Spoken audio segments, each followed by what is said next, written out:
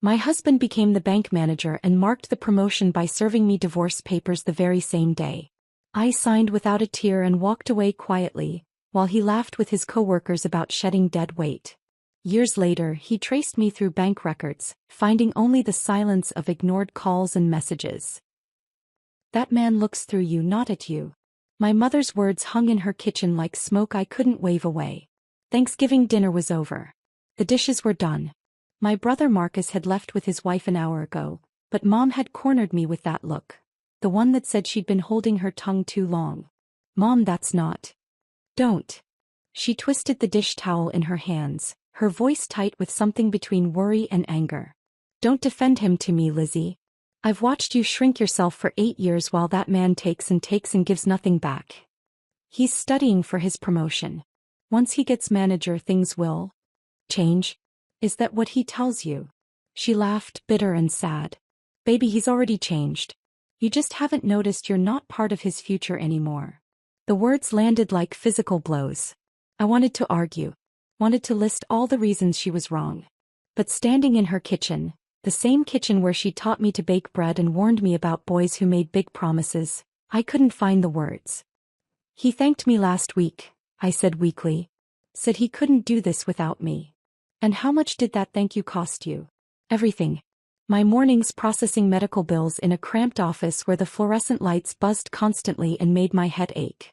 My evenings serving wine and steaks to couples who celebrated anniversaries while I wore comfortable shoes and swallowed my exhaustion. My savings account that never grew past $300. My dreams that got smaller each year until they fit inside Frank's shadow. Marcus called me yesterday, Mom continued, gentler now. He's worried about you too. Says Frank's using you like a stolen credit card, maxing it out before reporting it missing. I should have been angry at them for talking about my marriage behind my back. Dad, I just felt tired. So impossibly tired. I love him, I whispered. Mom pulled me into a hug that smelled like her lavender soap and holiday cooking. I know you do, baby. But does he love you? Or does he love what you do for him? I didn't answer. Couldn't answer. Because the question had been sitting in my chest for months, growing heavier each time Frank came home late smelling like cologne I hadn't bought him. Each time he canceled plans because of networking events I wasn't invited to. Each time he said soon babe soon, while I worked myself into the ground funding his climb up the corporate ladder. The drive home took 40 minutes through empty holiday streets. Every red light gave me time to think about things I'd been avoiding. Like how Frank introduced me at bank functions as Elizabeth, very supportive instead of my wife. Like the credit card statements I found hidden in his gym bag, showing charges at restaurants I'd never been to. Like the way he'd started closing his laptop quickly whenever I walked into the room. Our apartment was dark when I got home except for the kitchen light. Frank was asleep at the table, his head resting on an open certification manual. Study materials spread around him like a paper fortress. Coffee cups forming rings on pages I couldn't read even if I tried. This was how I found him most nights. Dedicated. Focused. Working toward something. I set my purse down quietly and started gathering the coffee cups. That's when I saw his laptop still open, the screen dim but not off. The browser showed a page I'd never seen before. Pinterest. A board titled New Chapter. My hand hovered over the touchpad. I shouldn't look. I knew I shouldn't. But Mom's question echoed in my head. Does he love you or does he love what you do for him? I clicked. The screen filled with images of bachelor condos. Sleek furniture. Minimalist designs. Everything modern and expensive and nothing like our cramped apartment with my grandmother's old couch and his endless stacks of banking books. The captions made my stomach turn. Fresh start. Finally free. Manager life begins. This is what success looks like. I scrolled through 20, maybe 30 pins. Each one a window into a future he was planning without me. Each one proof that while I'd been working 2 jobs to keep us afloat, he'd been designing his exit. One pin showed a luxury apartment with floor-to-ceiling windows. He'd written underneath, almost there. New life waiting. Almost there. 8 years of my double shifts. 8 years of ramen noodles and skipped birthdays and canceled vacations because he needed to focus. 8 years of being called supportive like it was my job title instead of wife. I closed the laptop carefully and looked at Frank sleeping at the table. In the dim kitchen light he looked younger. Vulnerable. Like the guy I'd married who worked as a bank teller and promised we'd build something beautiful together. When had that promise become singular? When had we turned into I, and left me behind? The cologne bottle on the bathroom counter caught my eye when I walked past. Expensive. Designer. Something with a French name I couldn't pronounce. I picked it up and read the price tag still attached to the bottom. $240. $240 for cologne while I wore scrubs with small bleach stains and served food in shoes held together with super glue. I unscrewed the cap. The scent was rich, sophisticated. Nothing like the drugstore body spray he'd used for years because we couldn't afford better. This was the cologne of a man who'd arrived somewhere. Somewhere I hadn't been invited. My phone buzzed. A text from Diane, my best friend since college. You survived the family dinner? I stared at the message. At the cologne bottle in my hand. At Frank's laptop in the other room hiding his Pinterest board of futures that didn't include me. My mom says Frank looks through me, not at me. I think she's right. The 3 dots appeared immediately. Disappeared. Appeared again. Liz. We need to talk. Like really talk. Not the version where you defend him and I pretend to believe you. I set the cologne down and walked back to the kitchen. Frank was still asleep, mouth slightly open, one hand resting on his certification manual. The same manual I'd paid for 3 months ago when he said it was essential for his next promotion. His phone sat face up on the table. The screen lit up with a notification. Vanessa, can't wait for Monday. Dinner was amazing tonight. You're going to crush that manager interview. Dinner. Tonight. Thanksgiving night when he told me he was too tired from the long week and needed to stay home and study. I picked up his phone. No password. He'd never needed one because I'd never looked. Never questioned. Never doubted. The messages with Vanessa went back months. Nothing overtly romantic but intimate in ways that made my chest tight. Inside jokes. Late-night conversations. Photos from bank events I hadn't known existed. One message from 2 weeks ago. Elizabeth still doesn't know? Frank's response. No. And she won't. Once I get manager I'll handle it. She won't make a scene. She's too nice for that. Too nice. Too nice to question. Too nice to complain. Too nice to notice I was being used up and discarded like something that had outlived its purpose. I set the phone down exactly where I'd found it. My hands were steady. My breathing was calm. But something inside me had shifted, hardened into a shape I didn't recognize yet. Frank stirred, lifting his head from the table. His eyes were bleary with sleep. Hey, he mumbled. When'd you get back? Just now. He stretched, yawning. How was your mom's? Fine. Good. That's good. He stood, gathering his study materials without really looking at me. I'm going to bed. Big day tomorrow. Got to review before the interview Monday. The manager interview. Yeah. He smiled and it was genuine in a way that made everything worse. This is it, Liz. Everything we've worked for. He said we, but he meant I. Everything I'd worked for. Everything I'd sacrificed. Everything I'd given up so he could stand at the finish line and call it his own achievement. Frank, I said as he headed toward the bedroom. He turned. Yeah. I almost said it. Almost told him I knew about the Pinterest board, the cologne, the dinner with Vanessa, the messages about handling me once he got what he wanted. But something stopped me. Some instinct that said silence was more powerful than confrontation. That I needed to see how far he'd go. How complete his betrayal would be. Nothing, I said. Good luck Monday. He smiled again, already half asleep, already mentally rehearsing his interview answers. Thanks, babe. Couldn't do this without you. The words that used to feel like love now felt like an invoice. He disappeared into the bedroom, and I stood alone in our kitchen surrounded by his certification books and coffee-stained study guides and evidence of a life he was building without me. Mom's question echoed again. Does he love you or does he love what you do for him? I finally had my answer. And it was going to cost him everything. I didn't sleep that night. Couldn't. Every time I closed my eyes I saw Frank's Pinterest board. Almost there. New life waiting. The words played on repeat like a song I couldn't turn off. By morning I'd made a decision. I wasn't going to confront him. Wasn't going to give him the chance to lie or explain or make promises he'd never keep. I was going to show up to his promotion ceremony, smile and see exactly how far he'd go. If he was planning to discard me I wanted to watch him do it. Wanted to see the man I'd spent 8 years building up reveal who he really was. Frank left early that morning. Kissed my forehead on his way out. That absent, automatic gesture that used to mean something. Big day, he said, adjusting his tie in the hallway mirror. One of the new ones. The expensive ones I'd paid for without knowing they were costumes for a performance I wasn't invited to watch. Good luck, I said. He paused at the door, briefcase in hand. For just a second, something flickered across his face. Guilt maybe. Or just nerves about the interview. Thanks for everything, Liz. Really. I know it's been a lot of years, but we're finally here.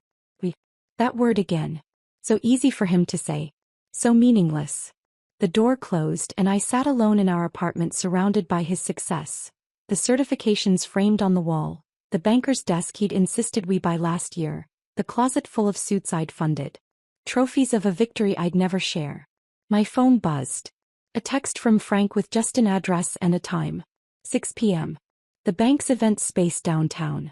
No, can't wait to celebrate with you. No, this is our moment. Just logistics. Like I was a task on his to-do list. Attend promotion ceremony. Bring wife. Dispose of afterwards. I called in sick to my morning shift at the medical billing office. Sandra would cover for me, she always did. Then I went shopping.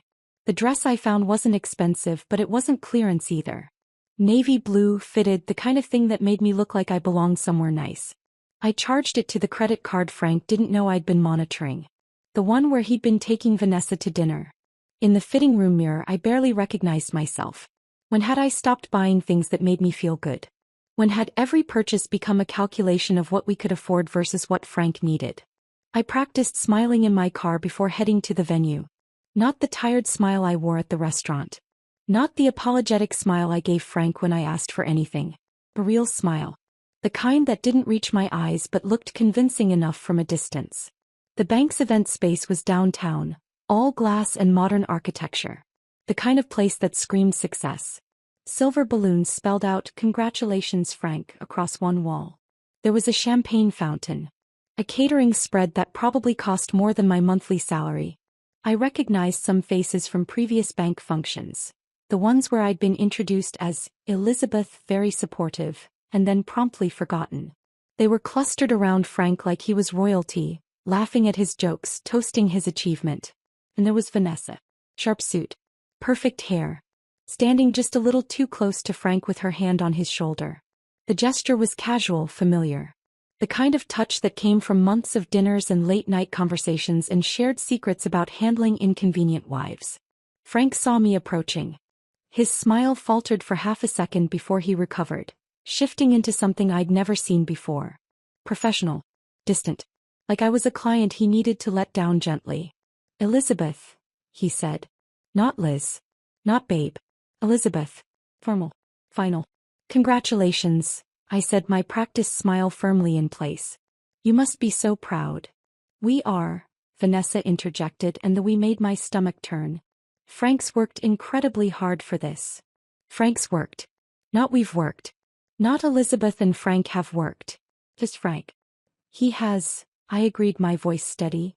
Must be nice to finally get what you wanted. Something flickered in Frank's eyes. Guilt? Relief? I couldn't tell anymore. Maybe I'd never been able to. He reached into his briefcase, the leather one I'd saved 3 months for last Christmas, and pulled out a manila folder. Thick. Official looking. What's this? I asked, though somewhere deep down I already knew. Your exit package. He held it out like a business transaction. Like he was handing me a performance review instead of the end of 8 years.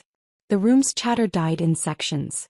Conversations stopping mid-sentence as people turned to watch. This was entertainment for them. Drama at the promotion party. Something to gossip about later over drinks. I opened the folder. Divorce papers. Every line filled out. Every box checked. My signature line blank and waiting. My name misspelled on page 3.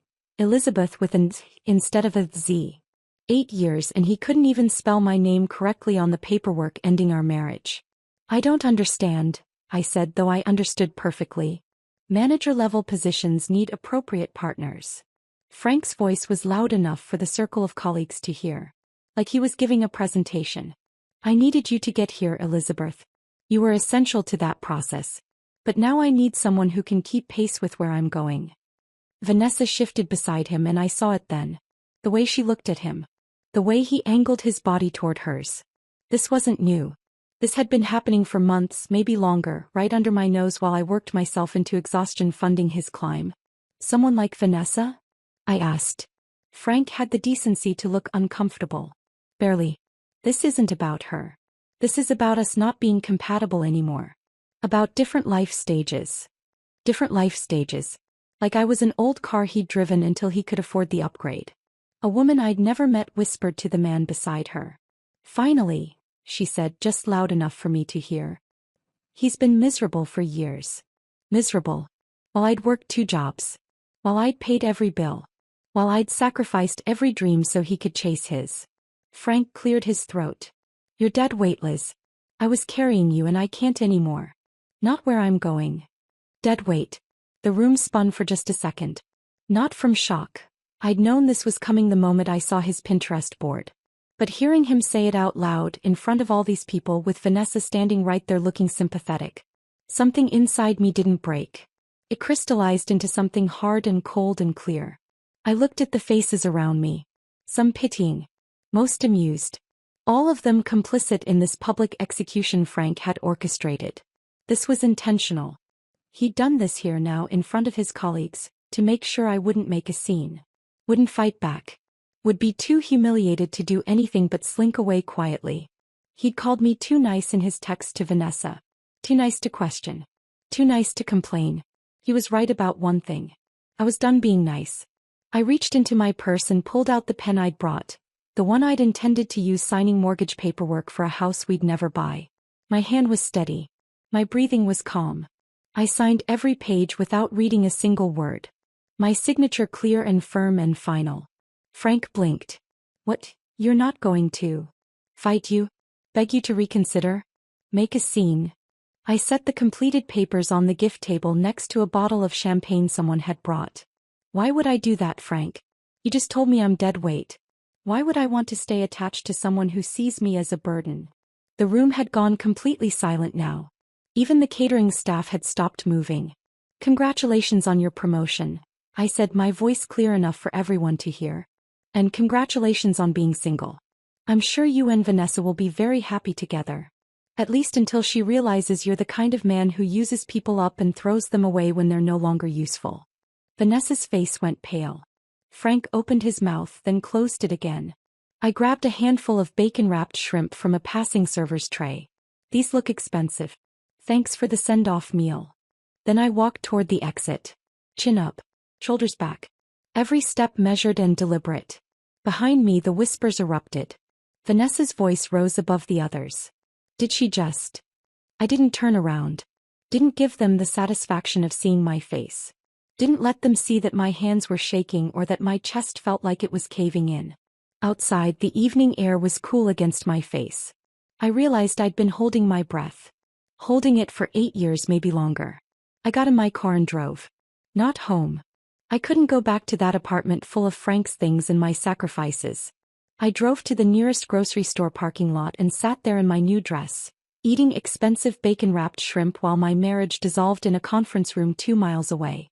My phone buzzed. Diane. How's the party? I looked at the divorce papers on my passenger seat. And my signature still wet. At the parking lot stretching out around me like a metaphor for my future. Empty but mine. Just sign my freedom. Turns out dead weight can walk away on its own. Diane called me back 30 seconds later. What do you mean you signed your freedom? I was still sitting in the grocery store parking lot, my new dress wrinkled, mascara probably smudged, eating the last piece of shrimp. He handed me divorce papers at his promotion party. Called me dead weight in front of everyone. So I signed them. Silence. Then, you signed them? Right there. Right there. Didn't read a word. Just signed and left. Oh my God, Liz. Her voice cracked. Are you okay? Where are you? King's Market parking lot on 5th. Eating his expensive appetizers and planning my next move. Your next move? What next move? I looked at our apartment building across town, the one I could barely afford but had paid for alone while Frank built his career. I'm leaving. Tonight. I'm taking everything that's mine and I'm disappearing. Disappearing where? I don't know yet. But somewhere he'll never think to look. Diane was quiet for a moment. Do you need help? No. I need to do this alone. But Diane, when he calls you and he will tell him I moved somewhere far. Antarctica. The moon. I don't care. Liz. Promise me. She exhaled slowly. I promise. But text me when you get wherever you're going, okay? I need to know you're safe. I started the car. I will. And Diane? Thanks for not saying I told you so. Oh, I'm saving that for later. When you're settled and happy and can laugh about what an idiot he was. I drove back to the apartment at 8:30. Frank wouldn't be home for hours. He'd be celebrating with his colleagues, probably with Vanessa hanging on his arm. I had time. The first thing I did was call in sick for the rest of the week. Both jobs. Sandra at the medical billing office didn't ask questions. Take care of yourself, she said, and I wondered if she knew. If everyone had known except me. Then I started making calls. The joint checking account first. The one where my paychecks had been deposited for 8 years while Frank's went to his investment account I'd never been allowed to access. I withdrew my exactly $5,300, earned from shifts where my feet bled and my back screamed. The bank teller processed it without comment, but her eyes held something like sympathy. Closing the account too, I said. Both signatures required for that, ma'am. Then remove my name. Immediately. She typed for a moment. Done. Is there anything else? Yes. If Frank Caldwell comes in asking about this transaction, tell him you can't discuss it. Her fingers paused on the keyboard. Then she nodded once. Standard privacy protocol. Of course. Next came the utilities. Every single one was in my name because Frank's credit had been garbage when we met. Too many maxed out cards, too many missed payments. I'd put everything in my name to help him to build our life together. Now I was tearing it down.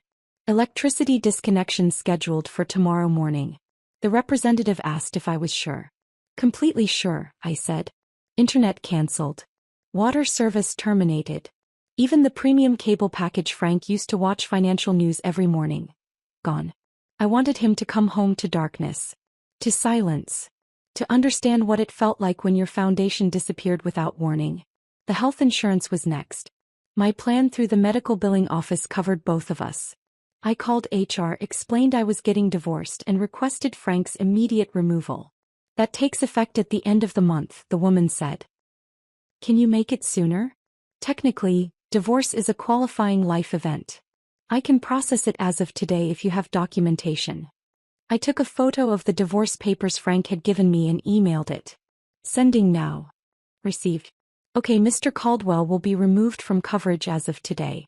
He'll get a notification letter. Good. Let him scramble for new insurance.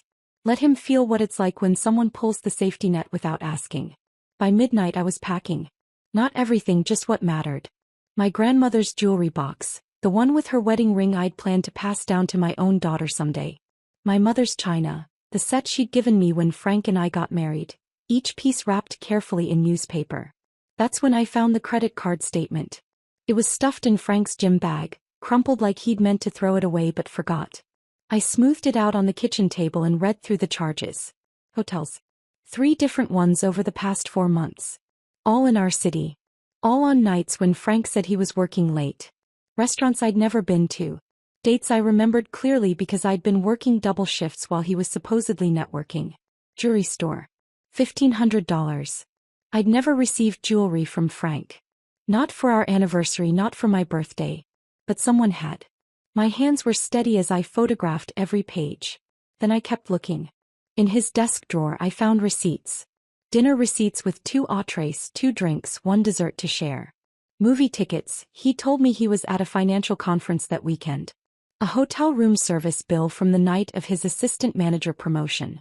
In his sock drawer, hidden under the expensive dress socks I'd bought him last Christmas, I found a birthday card. The front had champagne glasses. Inside, in feminine handwriting, to many more nights like last Tuesday. You make me feel like the luckiest woman alive. Vanessa. The promotion party wasn't the beginning. It was just the first time he'd stopped hiding it. I sat on our bedroom floor surrounded by evidence of months, maybe years, of betrayal, and I didn't cry. Crying would mean I was surprised. Crying would mean I hadn't already known somewhere deep down that Frank had checked out of our marriage long before he'd handed me those papers. Instead, I took pictures of everything. Every receipt. Every charge. Every piece of proof that while I'd been working myself to exhaustion, Frank had been building a different life. I created a folder on my phone labeled, "Just in case," and backed everything up to cloud storage. I didn't know if I'd need it. Didn't know if there'd be a fight over assets or alimony or anything else. But I'd learned one thing clearly. Trust nothing Frank said and document everything. By 2 in the morning my Honda was packed. Clothes, books, kitchen items that were actually mine. The art from my college years that Frank always said was amateur. Everything that mattered fit into my small car, and everything that didn't matter could stay here with him. I left his things exactly where they were. His certifications on the wall. His desk. His closet full of suits I'd paid for. Trophies of a success that was never really ours. On the kitchen counter, I left a note on the back of a utility bill. Electricity disconnected. Internet cancelled. Water shut off. You wanted to know what dead weight does? Stops carrying you. Good luck with your fresh start. I locked the door for the last time and drove north with no destination in mind. The highway was empty at that hour. Just me and a few long-haul trucks and the white lines disappearing under my headlights. I drove until my eyes burned, until the anger in my chest started to feel less like fire and more like ice. At a rest stop outside Seattle, I bought terrible coffee from a vending machine and unfolded a road map across my hood.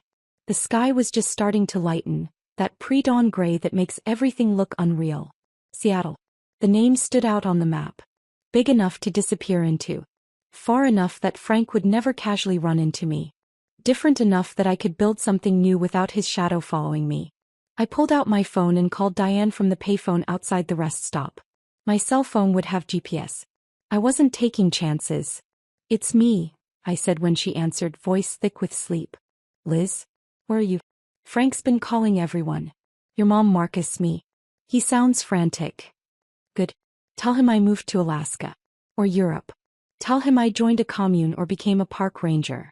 I don't care what you tell him as long as it's nowhere near where I actually am." "Where are you actually?" I looked at the road stretching north, at the mountains in the distance turning purple with dawn. "Somewhere he'll never find me." "And Diane? If he keeps calling, tell him to stop. Tell him I signed his papers and he got exactly what he wanted. He's saying it's a mistake. That he didn't mean it. That you're misunderstanding." I laughed, sharp and bitter. "Of course he is. The utilities are cut off and his comfortable life just collapsed. Tell him I understand perfectly. For the first time in 8 years I finally understand." By the time I reached Seattle, the sun was fully up. I found a cheap motel and slept for 4 hours. When I woke up, I started apartment hunting online. The studio I found was small, barely 400 square feet. But it had a view of the Space Needle through one window and it was mine. Completely mine. The landlord was an older woman named Mrs. Chin who met me at the building with keys and a kind smile. "Moving to Seattle?" she asked while I filled out paperwork. "Starting over," I said simply. She studied my face. I probably looked exhausted, maybe a little broken, and nodded like she understood everything I wasn't saying. "First month half price then," she said. "Everyone deserves a second chance at a first start." I moved in that afternoon with an air mattress, a suitcase of clothes and my grandmother's jewelry box. No forwarding address filed. No social media updates. No trail of breadcrumbs. That night, I sat on my air mattress eating Chinese takeout from the place downstairs and filling out job applications online. My phone buzzed constantly. Frank calling from different numbers, leaving voicemails I deleted without listening to. I blocked each number methodically. Outside my window, Seattle glowed against the darkening sky, and for the first time in 8 years, the future felt like mine to build. Frank had erased me from his life in a conference room full of strangers. Now I was erasing myself on my own terms. And unlike him, I wasn't leaving any trace behind. The air mattress developed a slow leak on my 3rd night in Seattle. I woke up at 4 in the morning lying on the hard floor, my back aching, and for a moment I couldn't remember where I was. Then it all came rushing back. Frank, the divorce papers, the drive north, the studio apartment that was mine and only mine. I got up and made instant coffee in the tiny kitchenette. Through the window, the Space Needle was lit up against the pre-dawn darkness, And somewhere in that view I found something close to peace. By 7 I was dressed and ready for job interviews. I'd applied to 15 positions over the weekend, and 3 had already responded. The first 2 were disasters. One wanted me to start at an entry-level salary that was less than what I'd made at the medical billing office. Another had a manager who reminded me so much of Frank I walked out mid-interview. The third was different. Catherine Walsh ran the billing department for a mid-sized tech company in South Lake Union. Her office was bright, organized, and covered in photos of hiking trips and family gatherings. She looked at my resume for maybe 30 seconds before setting it down and studying me instead. "You're overqualified for this position," she said. My stomach dropped. "I can. But something tells me you need a place where people actually respect the work you do." She leaned back in her chair. "Am I right?" I opened my mouth to give some professional answer, something polished and interview appropriate. Instead what came out was, "Yes." Catherine smiled. "You start Monday. Pay is $62,000 plus benefits. Hours are 8 to 5, no weekends unless you volunteer for them. We have actual lunch breaks and nobody checks email after 6. Sound good?" I almost cried right there in her office. "That sounds perfect." "Good. Welcome to the team, Elizabeth." That first week at the new job felt like waking up from a bad dream. My coworkers, Jessica, Thomas, and an older woman named Linda, actually invited me to lunch on my second day. They asked about my weekend plans. They noticed when I learned a new system and said things like, "Great job," or, "You're picking this up fast," like they actually meant it. On Friday, Jessica brought in cupcakes for her birthday and insisted I take 2. "You look like you need extra sugar," she said, not unkindly. "New job stress." Something like that. Thomas overhead. "Don't worry, Catherine's tough but fair. You'll do great here. We actually keep people longer than 6 months, which is rare in tech." For the first time in almost a decade, I felt like a person instead of a pay stub. Like my work mattered beyond funding someone else's ambitions. The coffee shop near my apartment became my Saturday morning ritual. That's where I found the flyer for Patricia's hiking group. Bright pink paper with a photo of 6 women standing on a mountain summit, arms around each other, laughing at something off camera. Women's Hiking Collective. All levels welcome. First hike free. I'd never hiked in my life. Frank always said it was a waste of time when we could be doing something productive, which usually meant him studying while I worked. But something about that photo drew me in. Those women looked happy. Free. Like they weren't carrying anyone's weight but their own. I texted the number on the flyer and got a response within minutes from someone named Patricia. Sunday 7 a.m. Meet at the Rattlesnake Ledge trailhead. Bring water and decent shoes. We'll take care of the rest. That first Sunday hike nearly killed me. My legs screamed after the first mile. My lungs burned in the thin mountain air. I fell behind the group almost immediately, stumbling over roots and rocks while trying to catch my breath. Patricia appeared beside me like she'd been waiting. She was maybe 60, with steel-gray hair pulled back in a braid and the kind of steady presence that came from years of handling emergencies. Later I'd learned she'd been a trauma nurse for 30 years. "First time?" she asked. "That obvious? You're doing great. Just pace yourself. The mountain's not going anywhere." We walked together for a while, her matching my slower pace without complaint. The other women, ranging from 20s to 50s, stopped periodically to wait, offering water and encouragement without making me feel like a burden. At the top, looking out over the Cascades with the morning sun turning everything gold, I felt something I hadn't felt in years. Freedom. Real freedom. The kind that came from standing on my own 2 feet in a place Frank had never been and would never find me. Patricia handed me her water bottle. "Whatever you're running from," she said quietly, "it can't follow you up here." I took a long drink and looked at the valley spread out below us. "You're right." The messages started 2 weeks after I disappeared. Frank called my old number first, the one I'd canceled before leaving. When that didn't work, he started calling everyone else. Diane texted me screenshots of his voicemails. "Tell Elizabeth we need to talk. This is ridiculous. Tell her she's being childish. We can work this out. Tell her I made a mistake. Please. Just tell her to call me." Diane called me after the 10th message. "He sounds unhinged, Liz. What do you want me to do?" I was sitting in my studio apartment watching rain slide down the window, eating takeout pad thai and feeling more content than I had in years. Tell him I moved to Europe for a medical research position. Make it sound permanent. You want me to lie? I want you to make him stop looking. Can you do that? She was quiet for a moment. Yeah. I can do that. The calls to Diane stopped, but they didn't stop everywhere else. Marcus texted me a week later. Your ex is calling me asking where you are. What should I tell him? Tell him you haven't heard from me. Have you heard from Mom? He called her last night. He said he was crying. That gave me pause. Frank crying. Frank, who'd handed me divorce papers at his promotion party and called me dead weight in front of his colleagues, was now crying to my mother. I called Mom that evening. She answered on the first ring. Lizzie. Thank God. Are you okay? I'm fine, Mom. Better than fine, actually. Frank called here last night. Late. Said he made a terrible mistake and needed to find you. What did you tell him? That some mistakes you don't get to take back. Her voice was firm. That boy had 8 years to treat you right and he chose to humiliate you instead. He doesn't get to cry about it now. Thanks, Mom. Where are you, baby? Really? Somewhere safe. Somewhere he won't find me. I'll tell you eventually, but not yet. I need time to just be me without anyone knowing where I am. He understood. Of course she did. Call me once a week so I know you're alive. That's all I ask. I will. I promise. Everything was fine for about 3 weeks. I was settling into my routine. Work, hiking on weekends, slowly furnishing my apartment with second-hand finds. I'd even made friends with my neighbor, an art student named Riley who played guitar badly but with enthusiasm. Then one Tuesday, Jessica from work found me during lunch break. Her face was concerned. Hey, weird question. Do you know someone named Frank? My stomach dropped. Why? She pulled out her phone and showed me a photo someone had taken in our office lobby. A man in a bank uniform talking to reception. I recognized him immediately, even from the back. He came by this morning claiming to be your husband.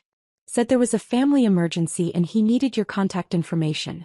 Security turned him away, but he was asking a lot of questions. Taking photos of the building.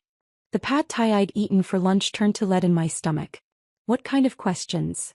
What floor you worked on? What time you usually arrived? If you'd mentioned where you lived. Jessica's expression darkened.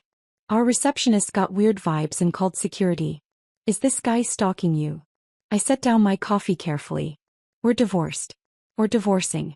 I left him and he's not handling it well. Should we be worried? Do you need us to flag him in our security system? Yes. Please. And Jessica, if he comes back, don't tell him anything. Don't even confirm I work here. She squeezed my shoulder. Already done. Catherine's been notified too. We take this stuff seriously. That evening, I sat in my apartment trying to figure out how Frank had found my workplace. I'd been careful. No social media updates. No forwarding address. No paper trail. Then it hit me. My debit card. I'd been using it at the coffee shop near my office. At the grocery store 2 blocks away. At the Thai place I ordered from twice a week. Frank was a bank manager. He had access to transaction systems. He was tracking my purchases. The realization made me feel violated all over again. It wasn't enough that he'd humiliated me, used me, discarded me.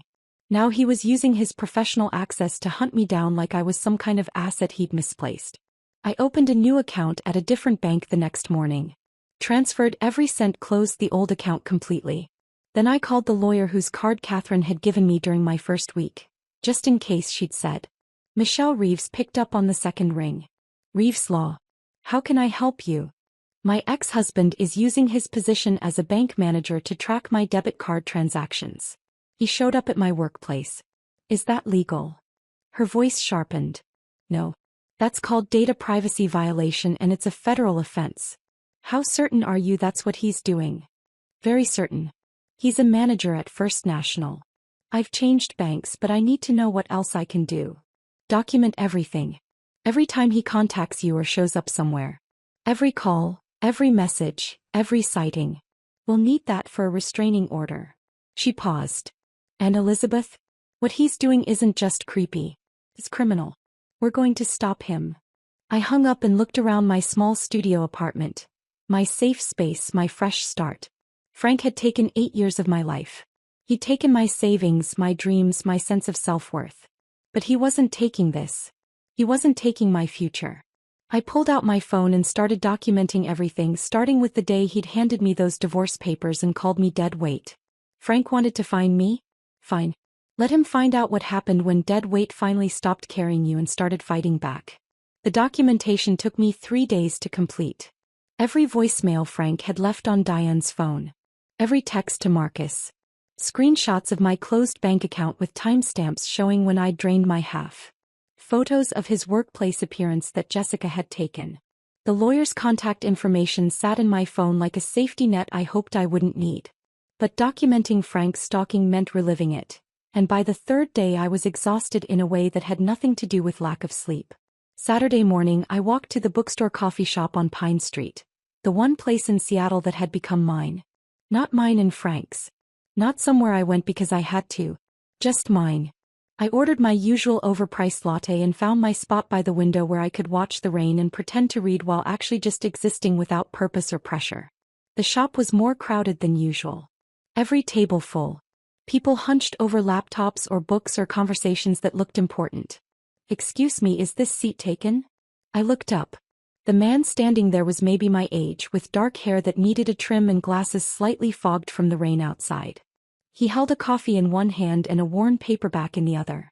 "It's all yours," I said, moving my bag. He sat down with an apologetic smile. "Thanks. Saturdays are brutal here. I usually come earlier but I slept in." I nodded and went back to my book, or tried to. But he was settling in across from me, and there was something about the way he carefully set down his coffee and opened his book that felt considerate. Like he was aware of sharing space and wanted to do it well. After a few minutes he glanced at my book. "Foundation series? You're reading Asimov." "Trying to. It's my 3rd attempt. I keep getting distracted by the politics and losing track of who's who." He laughed. "That's fair. The first book is dense. Gets better in the second one when you realize all the setup was worth it." We ended up talking for 3 hours. His name was James. He was a software engineer at a company downtown, originally from Portland, in Seattle for 2 years and still discovering the city. We talked about books. He loved science fiction, I loved mysteries. We talked about Seattle rain and whether it was actually worse than people claimed or just more persistent. We talked about terrible jobs we'd survived. "Medical billing and restaurant serving," I said when he asked. "Both at the same time for about 8 years. He winced. "That sounds exhausting." It was. I didn't elaborate. Didn't mention Frank or why I'd worked 2 jobs or any of it. And he didn't push. Didn't ask probing questions about my past or why I'd moved to Seattle or any of the things people usually asked. He just accepted what I offered and moved on. When he finally checked his phone and realized how long we'd been talking, he looked genuinely surprised. "Wow. I completely lost track of time." "Me too." He hesitated, then asked, "Would you maybe want to get dinner sometime? There's this Vietnamese place near my apartment that does incredible pho." My immediate instinct was to say no. To protect myself. To keep my new life simple and uncomplicated. Then I thought about Frank calling me dead weight. About 8 years of making myself smaller so he could take up more space. About sitting alone in my apartment eating takeout while building a life that was safe but solitary. "Yes," I said. "I'd like that."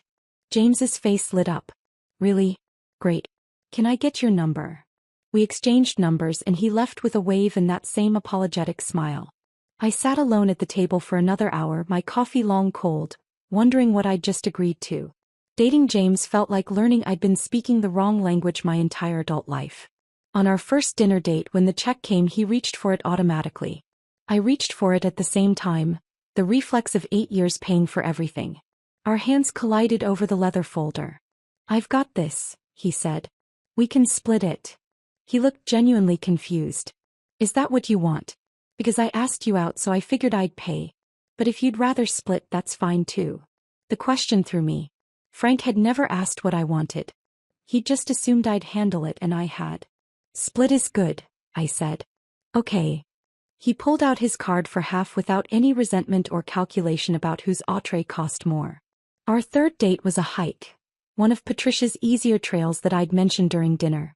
James picked me up at 9, brought extra water and trail mix, and set a pace that matched mine instead of pulling ahead. Halfway up I stepped wrong on loose rocks.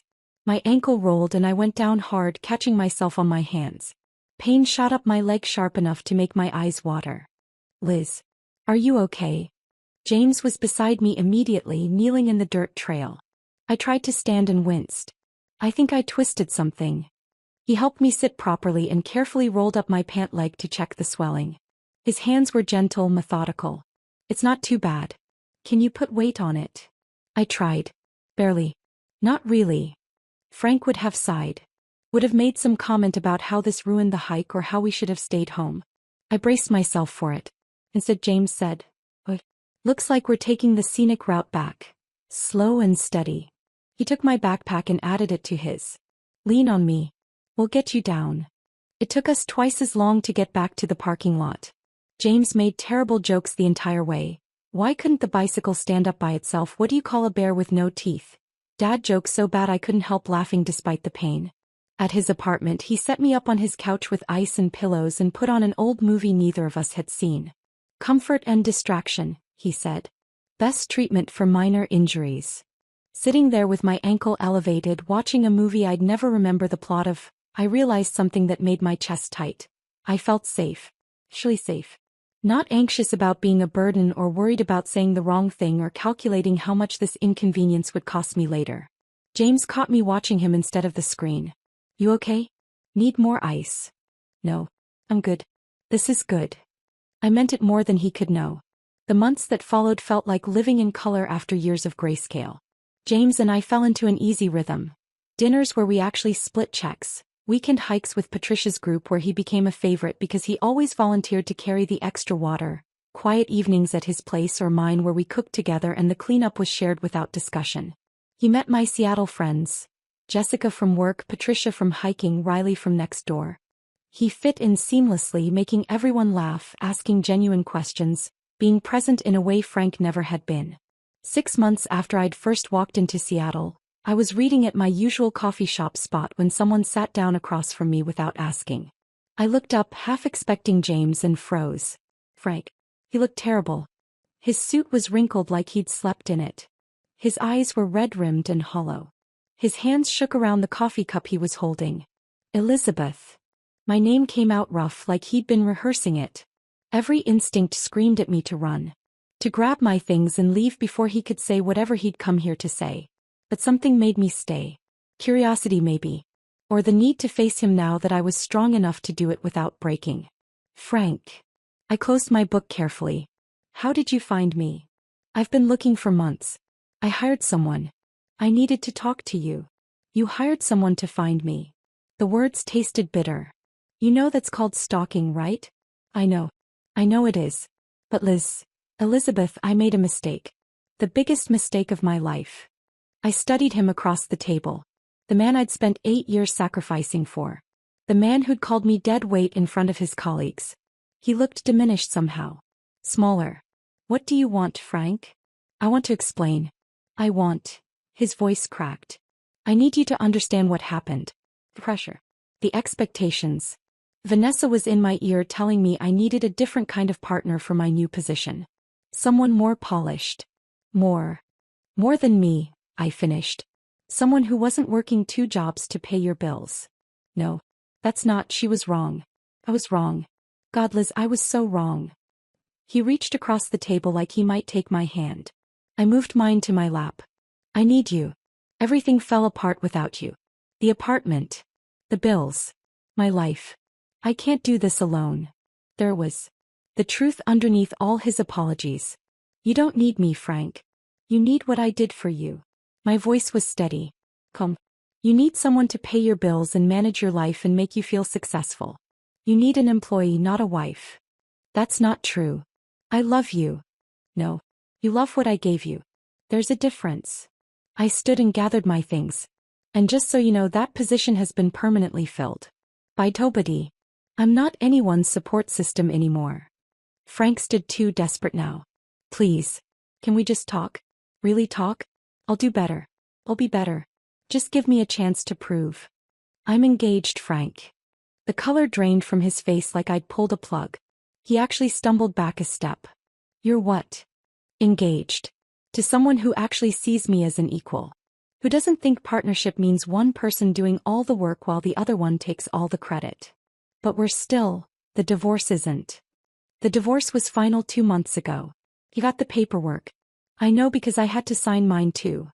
I shouldered my bag. You got exactly what you wanted that day at your promotion party. Freedom from dead weight. Congratulations. I hope it's everything you dreamed it would be. I walked past him toward the door. He didn't try to follow. Didn't call after me. When I glanced back from the doorway, he was still standing there by my table, looking at the space where I'd been sitting like he couldn't quite believe I'd disappeared again. Outside, the Seattle rain had started, light and persistent, the kind that soaked through everything if you stood in it long enough. I pulled out my phone and texted James. Coffee shop confrontation with ex. I'm fine. Actually better than fine. Can I come over? His response came within seconds. Doors unlocked. I'll put the kettle on. I walked through the rain toward James's apartment, and for the first time since Frank had handed me those divorce papers, I felt completely free. Not free from something. Free for something. Free to build a life that was mine. James's apartment smelled like Earl Grey tea and old books. He'd already put the kettle on by the time I arrived, my hair dripping rain, my hands still shaking from the encounter with Frank. Sit, he said, guiding me to his couch. Tell me what happened. I told him everything. The coffee shop. Frank's appearance. His claims about making a mistake. The way he'd looked at me like I was something he'd lost and desperately needed back. James listened without interrupting, his jaw getting tighter with each detail. When I finished, he was quiet for a long moment. He hired someone to find you, he finally said. That's not remorse, Liz. That's obsession. I know. Does he know about me? About us? I told him I was engaged. I don't think he believed me. James took my hand. Maybe we should make it real then. Not because of him, but because I was planning to ask you anyway. I looked at him startled. James. Not now. Not like this. When the time is right and it has nothing to do with your ex. He squeezed my hand. But I want you to know that's where I'm headed. So you don't think this is just some protective instinct. I'm in this, Liz. For real. Something in my chest loosened. Hey. When the time is right. I thought that would be the end of it.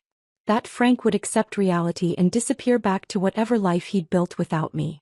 I was wrong. 2 days later, Catherine called me to the lobby at work. Her expression was tight with concern. There's someone here asking for you. I told reception to stall him, but Liz, it feels wrong. Do you want me to call security? My stomach dropped. What does he look like? Tall, brown hair, wearing a bank uniform. Says his name is Frank and it's urgent. I closed my eyes briefly. Call security. Now. When I got to the lobby, Frank was there. His tie was loosened, his shirt wrinkled. He was holding flowers. Roses, expensive ones, like they were evidence of something. Like they could undo months of stalking and harassment. The moment he saw me, relief washed over his face. Elizabeth. Thank God. I just need 5 minutes. Please. Jessica and Thomas were in the lobby. So were 2 clients waiting for appointments. Everyone was watching this play out like it was entertainment. The humiliation of his promotion party flashed through my mind. How he'd handed me divorce papers in front of his colleagues. How he'd called me dead weight while they whispered and laughed. How he'd made my pain public for his convenience. Now he was doing it again. Showing up at my workplace. Making a scene. Forcing me to deal with him in front of my coworkers and clients. Making my private hell into public spectacle. Elizabeth, please, he said, stepping closer. I know you're angry. I know I messed up. But we can fix this. I'll do better. I'll be better. Just give me a chance. I didn't speak to him. Instead, I turned to Catherine and said, loud enough for everyone in the lobby to hear. This man is harassing me. I need security. Frank's face crumpled. What? Oh.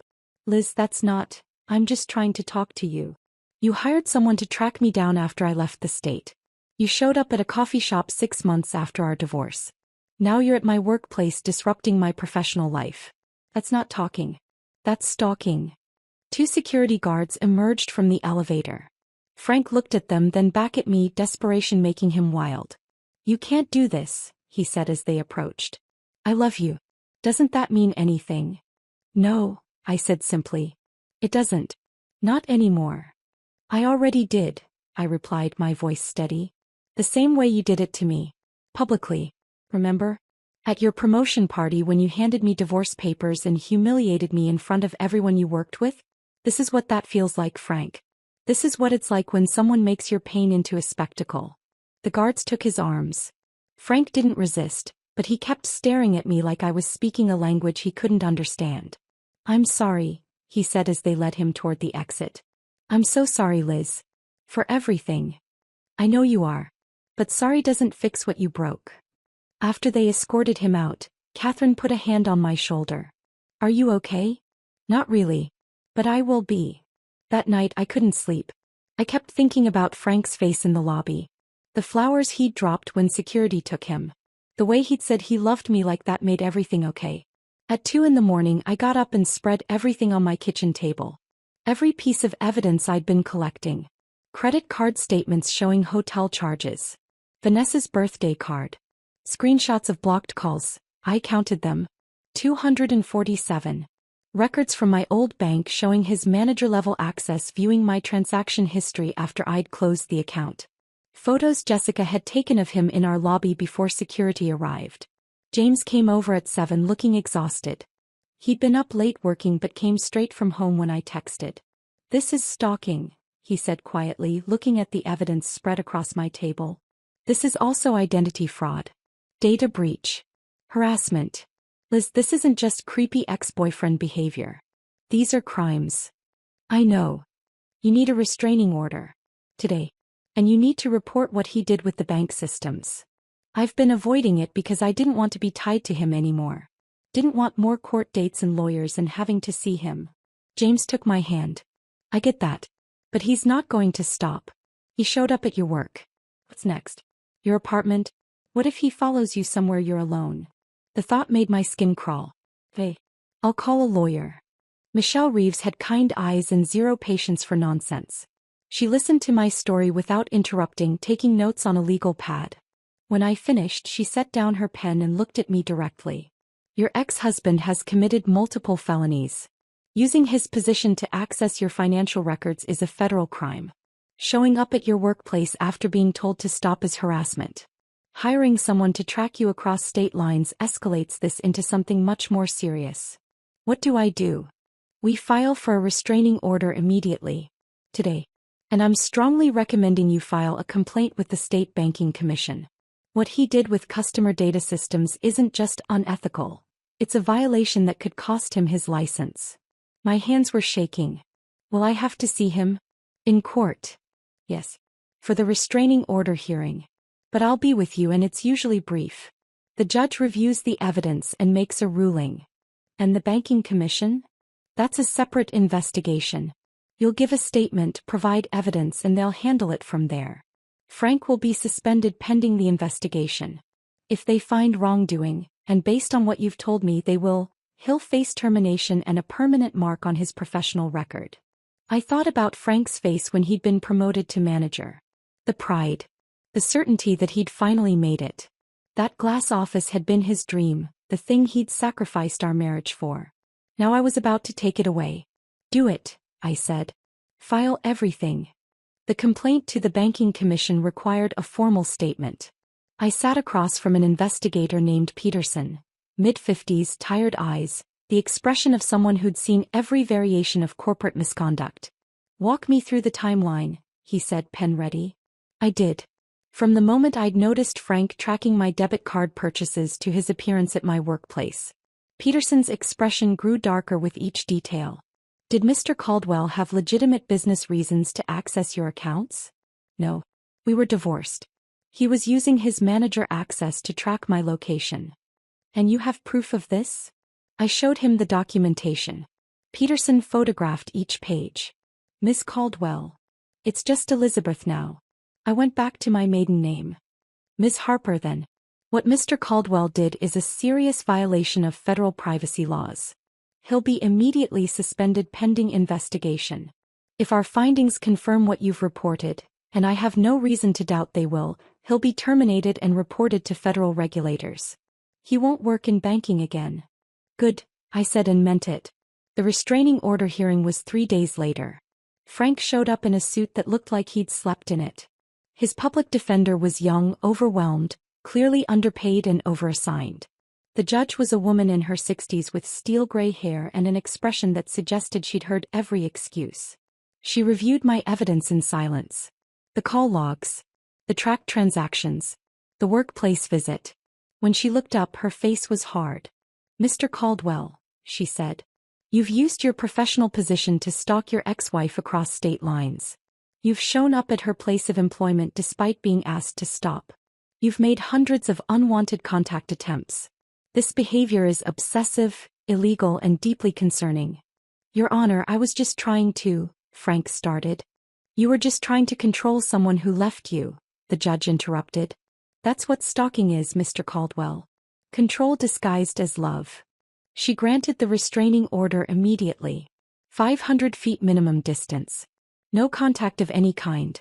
Violation punishable by immediate arrest.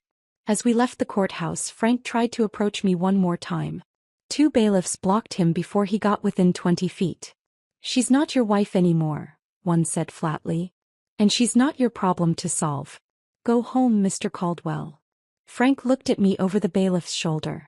His expression was devastated, lost, like he couldn't understand how we'd gotten here. I looked back and felt nothing. No anger. No satisfaction. No sadness. Just relief that it was finally over. Michelle walked me to my car. "That was the easy part," she said. "Now comes the hard part. Rebuilding without constantly looking over your shoulder. Can you do that?" I thought about my apartment. My job. James. Patricia and the hiking group. The life I'd built piece by piece after Frank had tried to reduce me to nothing. "Yeah," I said. "I can do that." And I meant it. The restraining order became my safety net. For the first time in months, I could breathe without constantly checking over my shoulder. Frank couldn't call. Couldn't text.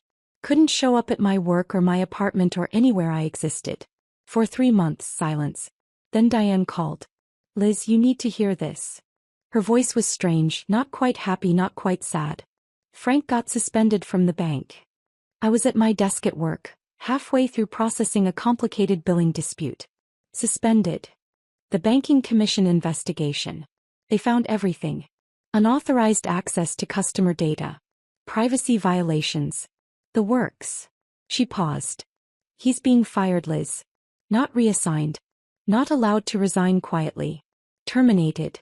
With a notation in his file that'll follow him to every financial institution in the country." I set down my pen carefully. "Oh. There's more. Vanessa got demoted. Apparently she knew what Frank was doing and encouraged it. The bank issued this whole internal memo about data privacy and professional conduct. Everyone knows it's about Frank." I waited for the satisfaction to hit. The sense of justice. The feeling that Frank was finally facing consequences for what he'd done. Dad, I just felt tired. "He's completely ruined," Diane continued. "His career is over. His reputation is destroyed. Liz, are you okay?" "Yeah. Okay. Thanks for telling me." "That's it? That's all you have to say?" "What else is there to say? He did this to himself." After we hung up, I stared at my computer screen for a long time. Frank had spent 8 years building toward that manager position. It had been his entire identity, his measure of success, the thing he'd sacrificed our marriage for. Now it was gone. And I felt nothing. 6 weeks after the restraining order was issued, Frank violated it. James and I were at my apartment making dinner. His night to cook, so he was attempting pasta from scratch while I chopped vegetables and tried not to laugh at his flour-covered face. My phone rang. Unknown number. I almost didn't answer. Then something made me pick up. "Ms. Harper? This is Officer Chin with Seattle PD. We have a Frank Caldwell in custody for violating a restraining order. He was found outside your building. Are you home right now?" My stomach dropped. "Yes. I'm home. Stay inside. Lock your doors. We're sending a patrol car to check the perimeter and take your statement." James took the phone from my shaking hands and got the details while I walked to the window. Rain streaked the glass, making everything outside blur. And there, on the sidewalk across the street, 2 police officers were handcuffing someone. Frank. He wasn't fighting. Wasn't running. Just standing there in the rain, letting them cuff him, staring up at my window like he could will me to come down and save him. "Don't look," James said, pulling me away from the window. "You don't need to see this." But I'd already seen it. Frank's face. Desperate, lost, destroyed. The officer who came to take my statement was kind. Do you want to press charges? You have every right to, given the restraining order violation. I thought about saying no. About letting him go with a warning. About being the bigger person. Then I thought about 8 years of making myself smaller so Frank could be bigger. 8 years of saying yes when I meant no. 8 years of being too nice. Yes, I said. I want to press charges. Every time he does this, he's telling me my boundaries don't matter. I'm done teaching that lesson. Frank spent 3 nights in jail. When he got out, Diane told me he'd packed up and moved back to his hometown 6 hours away. His manager dreams scattered like ashes. His career in ruins. His life unrecognizable. I should have felt victorious. Instead, I just felt relieved it was finally over. James proposed on a mountain trail in April, 6 months after Frank's arrest. Patricia's hiking group was there. She'd helped him plan it, setting up a surprise picnic at the summit. When I reached the top, exhausted and happy, they were all waiting with champagne and flowers and huge smiles. James got down on one knee on a rock overlooking the Cascades. Elizabeth Harper, you're the strongest person I know. You rebuilt your entire life from nothing and made something beautiful. I want to spend the rest of my life building something with you. Will you marry me? I said yes before he finished the question. Everyone cheered. Patricia cried. Someone popped the champagne and we toasted on the mountaintop while the sun set over Seattle. Later, when we were planning the wedding, I thought about Frank. About whether to send him an invitation. A final proof that I'd not only survived but thrived. That dead weight had learned to fly. Michelle, my lawyer, talked me out of it. You've made your point, she said during one of our final consultations. He violated a restraining order and went to jail. His career is over. He knows you moved on and got engaged. You don't need to rub his nose in your happiness. Just be happy.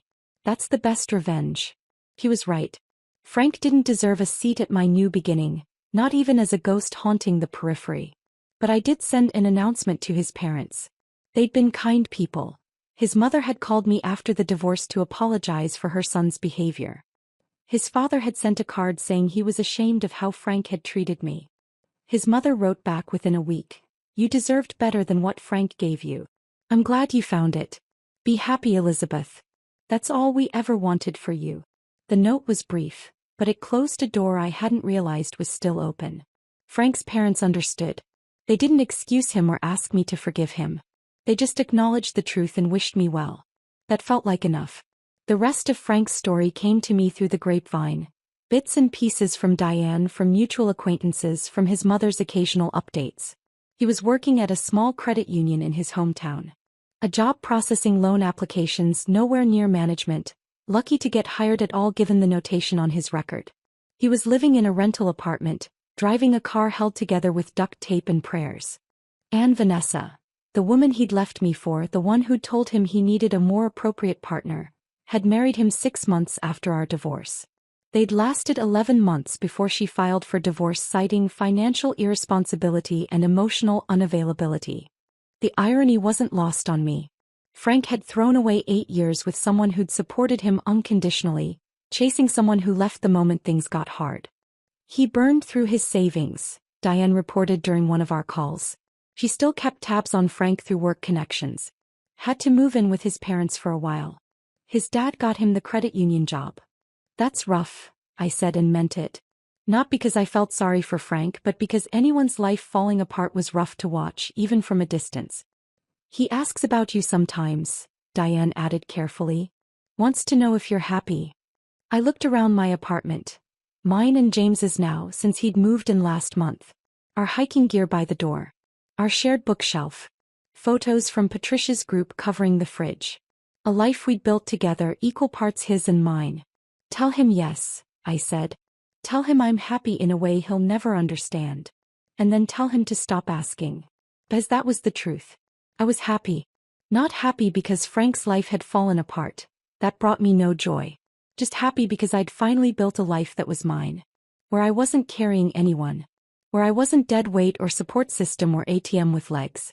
Just Elizabeth. Building something real with someone who saw me as an equal. Frank had wanted a fresh start without me. He got it. And somewhere along the way I'd gotten mine too. The difference was mine was working. The wedding planning moved forward. Small ceremony. Close friends and family only. Patricia officiating.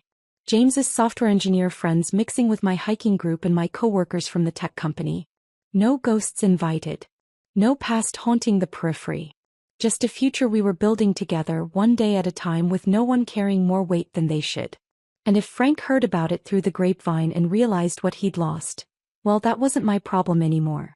Some foundations, once you tear them down, can't be rebuilt. Frank was learning that the hard way. And I was learning something different. That being called dead weight by someone who'd been drowning you doesn't mean you can't fly. It just means they were never looking up. The wedding took place in a garden in late September, 2 years after I'd signed divorce papers in a conference room and walked away from 8 years of my life. 70 guests. Not hundreds of Frank's colleagues who barely knew my name. Just 70 people who actually wanted to be there. Patricia officiated, wearing a dress instead of her usual hiking gear, reading vows James and I had written that promised partnership, not servitude. Equality, not sacrifice. My mother cried happy tears in the front row. Marcus walked me down the aisle grinning like he'd won a bet with the universe. Which, in a way, he had. He told me years ago that Frank was using me. Now he got to watch me marry someone who didn't. Catherine from work caught the bouquet and immediately joked. Well, I guess I finally have to download that dating app. Everyone laughed. The whole day felt light, joyful, free from the weight of anyone's expectations but our own. During our first dance, James pulled me close and whispered, "You know what's wild? I get to keep you." I laughed, thinking about Frank's face when he'd called me dead weight. When he'd thrown me away like I was something disposable he'd outgrown. "I get to keep you too," I said. "That's the better deal." "How do you figure?" "Because I know what it's like to be with someone who doesn't want to keep you. This is better." He kissed my forehead. "So much better." The house we bought 6 months after the wedding was modest. 2 bedrooms, small yard, floors that creaked when you walked across them. Nothing like the luxury condos on Frank's Pinterest board. Nothing like the life he'd imagined for himself. But it was ours. Both our names on the mortgage. Both our paychecks going into one joint account we actually managed together. No secrets, no separate investment accounts, no financial hierarchy. We developed routines that felt revolutionary in their simplicity. James cooked on Tuesdays and Thursdays. I cooked Mondays and Wednesdays. Weekends we figured out together, sometimes ordering takeout, sometimes experimenting with new recipes that didn't always work but were always fun to try. When bills came, we split them down the middle. When one of us had a bad day, the other listened without making it about themselves or finding a way to be the victim. It was so simple it felt like a miracle. One Sunday morning we were washing dishes together. Him washing, me drying, when I realized I was happy. Not relieved. Not grateful.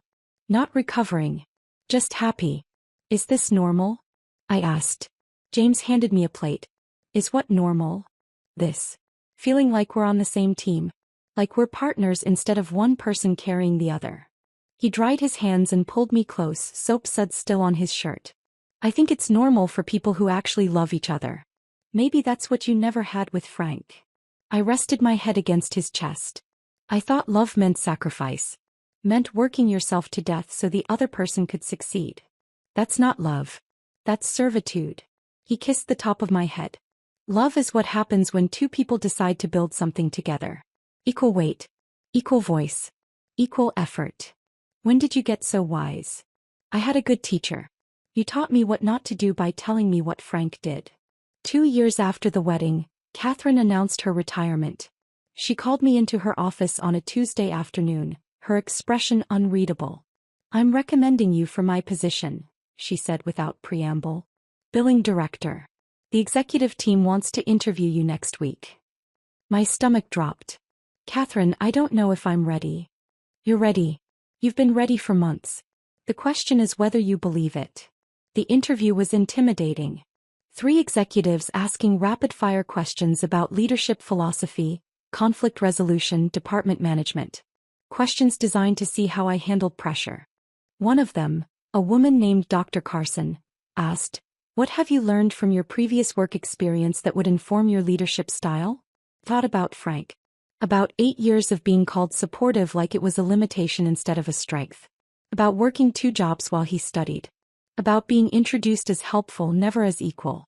I learned that real leadership isn't about climbing over people, I said. It's about building systems where everyone can succeed. I learned that the most valuable person in any organization isn't the one at the top. It's the foundation they're standing on. And I learned that if you treat people like they're disposable, eventually they'll leave and take their value with them. Dr. Carson smiled. When can you start? The promotion came with a salary that made me blink when I saw the offer letter. Enough that James and I could finally take that Hawaii vacation I'd dreamed about 15 years ago with a different man in a different life. We went for our 3rd anniversary. 7 days on Maui. No work emails. No emergencies. Just us and the ocean and the kind of peace I'd thought was reserved for other people. On our last day we hiked a trail Patricia had recommended, challenging but manageable with a view at the top that made the climb worth it. Standing at the summit looking out over the Pacific, James put his arm around me. Happy anniversary, he said. 3 years. Can you believe it? Honestly, no. Sometimes I still can't believe you said yes when I asked to share your table at that coffee shop. I laughed. Best coffee shop crowding in history. We sat on the rocks at the summit, drinking water and eating the trail mix James always overpacked. That's when I thought about Frank for the first time in months. Not with anger. Not with bitterness. Not even with satisfaction at how his life had fallen apart. Just with a kind of distant anthropological curiosity about how someone could misunderstand value so completely. Frank had thought he was trading up. Thought he was cashing me out like a bad investment before I could drag him down. What he'd actually done was destroy his own foundation and then spend years in free fall, grasping for something he'd already thrown away. He called me dead weight. Had looked at 8 years of my sacrifice and decided I was the thing holding him back. But dead weight doesn't build a new life from scratch. Doesn't earn promotions based on merit. Doesn't marry someone who sees them as an equal and build a partnership that actually works. Dead weight doesn't stand on a mountain in Hawaii feeling powerful and free and completely, utterly happy. I wasn't dead weight. I never had been. I was compound interest. Quiet, steady, building value over time until the balance became undeniable. Frank had gotten his fresh start. His freedom from the person he thought was dragging him down. His chance to build the life he'd pinned on that Pinterest board. And I'd gotten something infinitely better. A life so rich that his absence felt like the greatest gift he'd ever given me. What are you thinking about? James asked, watching my face. Frank, actually. He tensed slightly. Yeah. I was thinking about how he thought discarding me was his promotion. How he genuinely believed I was the problem. I looked at James. And I was thinking about how wrong he was. How I wasn't the dead weight. I was the foundation. And when the foundation walks away, the whole building collapses. Did his building collapse? Completely. Lost his job. Lost his second wife. Lost everything he thought made him successful. I took James's hand. But I'm not happy because he failed. I'm happy because I succeeded. Because I built something real. Because I learned that being called dead weight by someone who was drowning me doesn't mean I can't fly. James pulled me close. You're not flying. You're soaring. We sat there until the sun started setting, painting the sky in shades of orange and pink. Around us, other hikers took photos and celebrated reaching the summit. Below us, the island stretched out green and alive and beautiful. Somewhere far away, Frank was probably working his credit union job. Probably living in his rental apartment. Probably still wondering how everything had fallen apart. And I was here. On a mountain. With a man who loved me as an equal. Living a life I'd built from nothing but determination and the refusal to let someone else's opinion define my worth. Account closed. Interest compounded. New life secured. Frank had wanted to know if I was happy. Diane had asked me what to tell him. I knew the answer now, 3 years and a lifetime away from that conference room where he'd called me dead weight. Tell him yes. Tell him I'm happy in a way he'll never understand. Tell him I built something beautiful from the ashes of what he burned down. And then tell him to stop asking. Because the best revenge isn't destruction. It's not public humiliation or professional ruin or watching someone's life fall apart. The best revenge is becoming so completely, authentically happy that the person who hurt you becomes irrelevant. A footnote in a story that's no longer about them at all. Frank had been my whole world for 8 years. Now he was barely a memory. And that, more than anything else, proved I'd won. Not because I'd destroyed him. But because I'd saved myself. And in the end, that was the only victory that mattered. If this story of silent revenge and quiet triumph kept you hooked until the very end, hit that like button right now. My favorite part was when Elizabeth signed those divorce papers without hesitation, walked out with shrimp in hand and vanished completely. What was your favorite moment? Drop it in the comments below. Don't miss more powerful stories like this. Subscribe and hit that notification bell so you never miss an upload.